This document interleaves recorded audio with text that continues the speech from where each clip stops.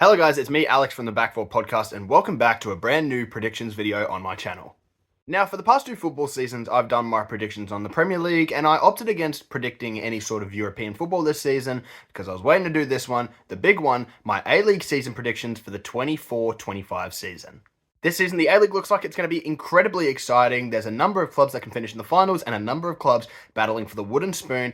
I'm going to do my best to offer a brief and concise opinion on what I feel the A-League table will look like come the end of the season. And after receiving a few complaints by individuals such as these that my Premier League predictions took way too long and were boring as hell, I'm going to do my best to keep this nice and concise and fit the entire video within about 15-20 minutes. So let's get started off with my pick for 13th place. Now, my pick for 13th is going to be the Newcastle Jets. Now, the Jets had an interesting transfer window in which they managed to keep hold of a lot of their talent, including starman Clayton Taylor, who I think is going to have a massive season for them going forward. Overall, though, they didn't improve in a number of areas, despite adding some attacking talent, such as Lockie Rose and that new Brazilian striker that they brought in. They haven't added a lot in other areas, particularly the defense, which doesn't look that great. They kept hold of Bertomeu for another season, so I'm hoping for their sake that he can kick on and really perform well this season, but they're still lacking in a number of areas, and I don't think it's a very strong squad considering all. Apologies to Matt Vandenberg if you're watching this video, but I think your team looks a bit shit, and they won't do that well this season. I'm putting Newcastle Jets in 13th place.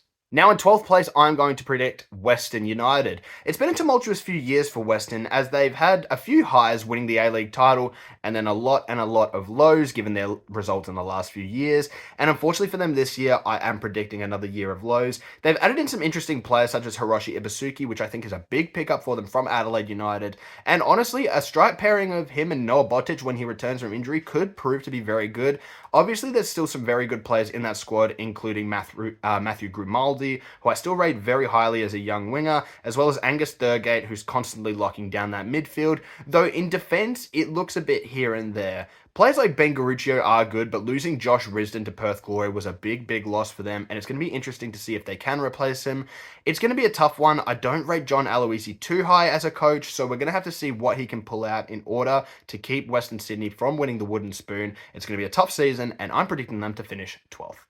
Now, in 11th place, I have Brisbane Roar. There's a definite reason as to why I put Brisbane Roar above Western Newcastle, and that's purely just because I rate their transfer business a bit higher. They've gone for a lot of experienced players, pretty much rating Adelaide United with the signings of Halloran and Warland, Van der Sar as well, joining them also.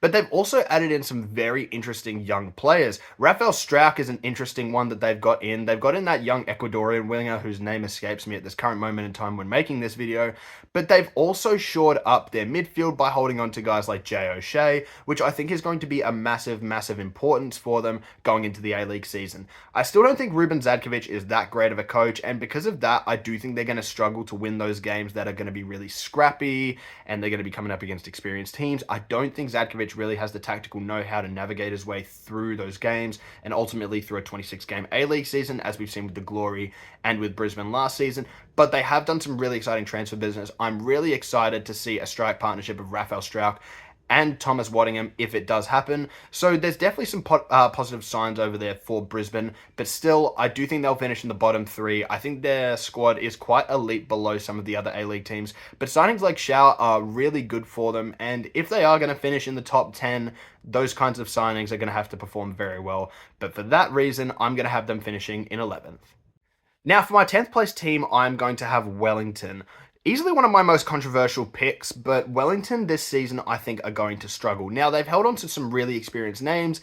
David Ball, for example, is a really good one to hold on to, and they've held on to some of their better young talent, including guys like Van Hattem and guys like Kelly Heald and Isaac Hughes, which I think are going to be really important for them going forward. However, they've lost significantly in a lot of other areas. Now, while I do rate Italiano as a coach overall, when you look at the statistics of that Wellington Phoenix side last season, they conceded a lot of XG, and they would have finished much lower on the table if they weren't consistently bailed out by Alex Poulsen. Now, they do have a new keeper. I think it's Oyon Konkwo or something along those lines. He looks like an interesting pick, a former Tottenham Academy keeper, which is, I think, really good for them. But like I'm saying, I don't think he's going to be Alex Paulson level, and because of that, I do think they're going to struggle. It's a very risky style of play that they go for, which does lead to them conceding a lot of XG, but Alex Paulson was always there for him last season. This season, he's not there. So it's going to be a tough one. They have brought in two new Japanese imports who do look really decent, so I'm hoping for Wellington's sake that they can kick off and do really well. Unfortunately, though, in the debut season of Auckland, it looks like Wellington are going to be taking a step back. I have them finishing in 10th. Ninth place, and I'm going to have Adelaide United. Now, Adelaide are easily one of the most entertaining teams every season of the A-League. They've always brought through incredible young talent, and they're always exciting to watch, especially with their brand of attacking football that they've been playing under Carl Veart.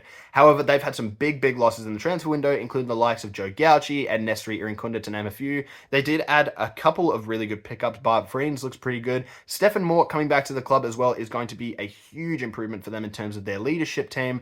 But I do feel like their signings that they brought in are insufficient to their losses, and I think they're going to struggle. Losing Hiroshi Ibisuki is a big loss, and while they have brought in Archie Goodwin, I don't know if that sort of strike partnership between him and Jovanovic is going to have the same effect that the rotation of Jovanovic and Ibisuki did have.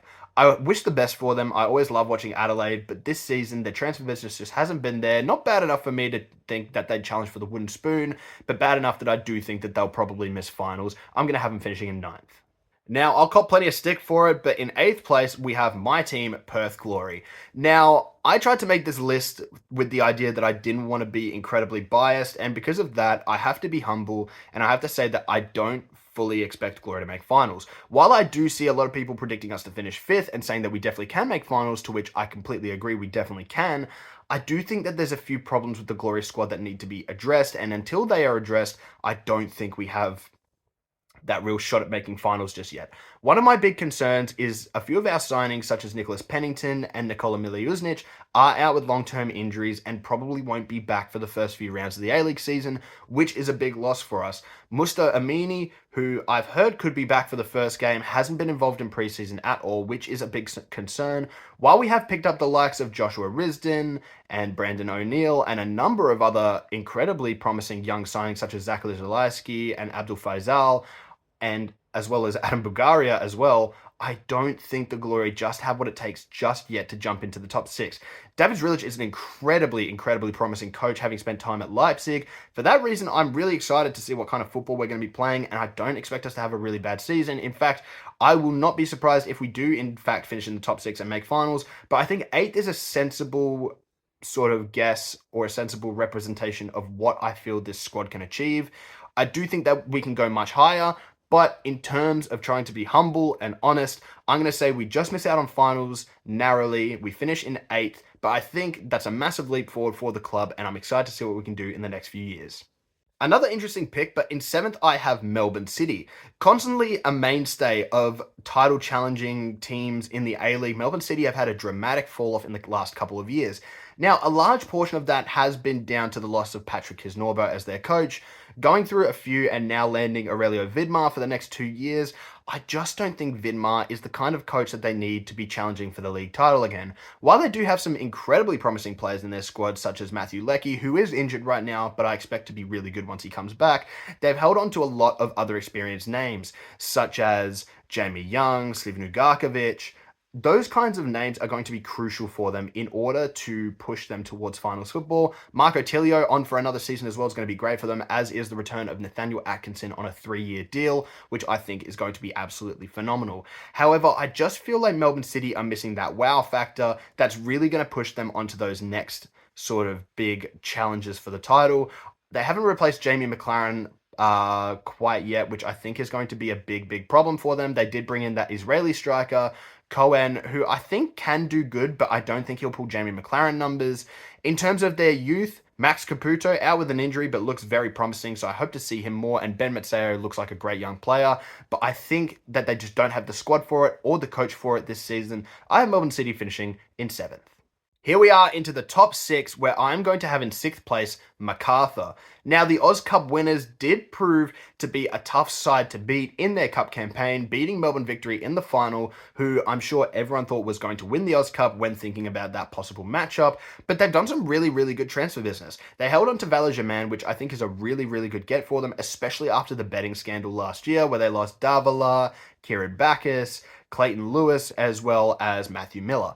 Now, I do think that it is going to be a tough season for them, purely because I don't really think Mile Stajovski plays that sort of modern forward type of football that allows his team to go out and dominate games, which is unfortunate for them because they have a really good quality side. They've made some very good transfers. One that I'm very excited about is Chris Economides going there. While a lot of people are looking at other areas of their recruitment, I think Economides is a great pickup for them. He needed a change of scenery after leaving Melbourne Victory, and I think this is a good place for him to do it. I do think that they've made many other good moves as well. Jed Drew, keeping hold of him is going to be fantastic for them. I just think they have a really strong squad.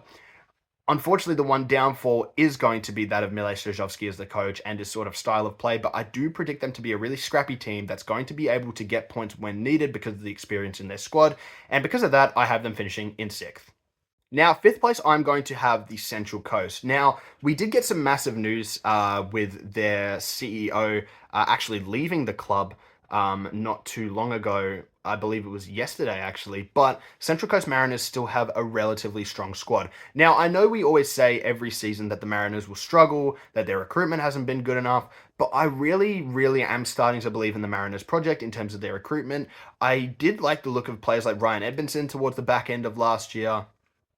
And on top of that, they brought in some more quality players, a Northern Irish midfielder, as well as keeping hold of guys like Mikael Docker is going to be really important for them this season. I do believe that the Mariners have the strongest defense in the league with Sainsbury, Kaltak, Moragas, and Docker. My one downlight for them is going to be Pavlecic in goal.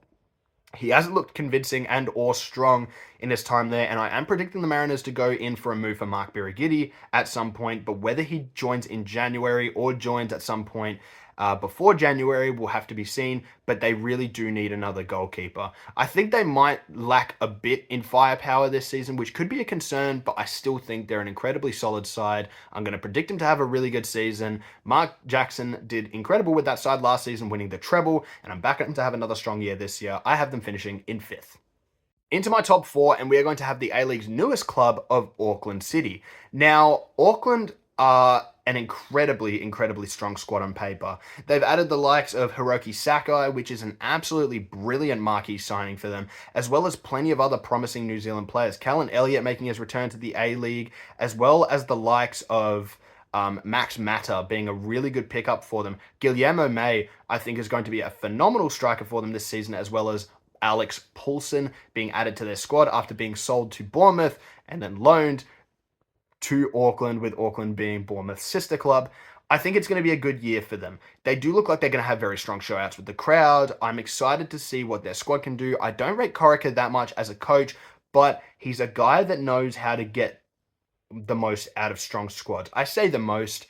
At times, he knows how to get the most out of his strong squads. So I do think with a strong squad, it's giving Corica the absolute biggest backing that you can give a new coach for a new team. They've invested heavily. They've done really well with the recruitment. I expect them to have a really good season this season. I hope they have a really good season this season because I think it'll be very good for the A-League for one of their expansion clubs to really stamp their sort of dominance onto the league. I think it's going to be a really good showing from Auckland this season. I have them finishing in 4th. On to the top 3, where in 3rd I have Melbourne Victory. Now, Melbourne Victory have a very strong squad, as they normally always do. But the one big difference this season is that I honestly believe that they've taken a bit of a step back in their recruitment, which is honestly surprising considering that I expected them to really go all out with their recruitment, adding Patrick Kisnorbo and really backing him financially, but it doesn't look to be the case. Now, Casey Boss, I expect to have a really good season and eventually take over from Adama Traore for that starting spot, which I think is just great for them. But the loss of guys like Damien De Silva, I don't really understand why they haven't gone in for a proper replacement. Now, Victory are going to be a very good squad this season. There's no doubt about it. They're going to be an incredibly solid squad. They have got a couple of players who I expect to be on the out, including Bruno Fornaroli and Daniel Arzani, but they have a number of young players that are coming through and proving their worth, especially Nishan Velupillay, who scored his first goal for the Socceroos recently, which is very good for him. Ryan Teague and Jordi Valadon were an incredibly solid pairing last season, so I expect them to follow suit this season. I just think it's going to be a good year under Kisnorbo. The former Melbourne City manager had a rough time in Europe with Troyes, but I think this is a perfect move for him to come back to Melbourne and really establish himself as a top Australian coach. I have Melbourne Victory finishing in third. Now, in second place, I have Western Sydney Wanderers. Easily one of the top two marquee signings of the league this season has to be their newest pickup, Juan Mata, an experienced player, one of the world's best at one point. He is now in the A-League, and I'm so excited to see what he can bring. Although they've lacked recruitment in certain other areas, replacing Marcelo with Kim, I think that is a very good pickup for them in terms of their replacements. They have one of the best, I'd say, attacking quadrants in the A-League this season, that being Božidar Krajev, Nikola Milanovic, as well as Juan Mata and Brandon Borello. I think it's going to be incredibly solid for them. Their defensive midfield department could use a bit of maybe an upgrade. Their defense lacks in certain areas as well. Let's not pretend that it doesn't. But they do also have Lawrence Thomas, who, in my opinion, has been one of the best keepers in the A-League for nearly a decade now. So I think they're going to have a really strong season. Do I think they're going to win the league title? No, I don't think they will. I think they'll drop points here and there due to mainly the defensive half of their pitch not being as solid as the forward half, though that attack looks incredibly exciting, and I expect it to produce a lot of goals and a lot of great moments. And Nikola Milanovic, I expect to be one of the next big exports from the A-League. I'm super excited to see what they can offer up this season. I'm going to have them finishing in second. And that leaves in first place, easily, in my opinion, the most exciting squad of this upcoming A-League season, Sydney FC. Now, Douglas Costa being added to the A-League is just absolutely brilliant. I'm super excited to see what he can do. I've seen the performances he's been putting up in the AFC Cup, and he has looked absolutely phenomenal. Now, a number of other additions as well, their new Polish striker, as well as keeping hold of guys like Caceres and Joe Lolly and Ryan Grant as well as their young defense, who is young, yes, but also incredibly well balanced, and just it really looks like there's a lot of solid players in every position. Now, I do not understand keeping Andrew Redmayne. I personally would have wanted to make a replacement there, but their defense looks good. Alexander Popovich being bought in from Korea, I think, is a great signing for them. Courtney Perkins, I think, is, one of the bigger players that exceeded their expectations last season, as well as Hayden Matthews. He had a great season last season. I expect him to be getting a big move after this year. Sainer in midfield looks absolutely phenomenal, and I think he's going to have a great season for them. They're just solid absolutely everywhere, really. And, it's hard to look at Sydney and not think that they're going to win the league this season. They've got the best players. They've got incredible players in every position. Every single position is incredibly solid, apart from maybe goalkeeper, but I don't think it will cause them that many problems. I expect them to be the winners of the A-League this season in what is to be a great season that I'm incredibly excited about. First place, I have Sydney FC, but let's just say the winner overall for this A-League season is going to be the fans, because this is going to be an absolute belter of a season, and I cannot wait. Lads, that is going to be the end of my A-League prediction video. Now, if you had any sort of differing predictions from mine, or you had any thoughts or anything that I maybe skimmed over a bit too quickly that you want me to sort of touch up on, make sure you leave a comment in the comment section below, and I will get back to you. But thank you all so much for your support on the recent videos, and we're going to be doing plenty of A-League content this season. We're going to really go absolutely ham on it. I'm super excited for that. But yeah, this season's going to be absolutely brilliant. I'm so excited to watch it, and it's going to be so fun being able to experience it all with you guys. And also something that I'm looking forward to a lot is Unite Round. Be on the lookout for that content when Unite Round does come. It's going to be absolutely phenomenal. But until then, guys, thank you so much for watching the video and all the channel and everything like that. I appreciate it, and I'll catch you all in the next video.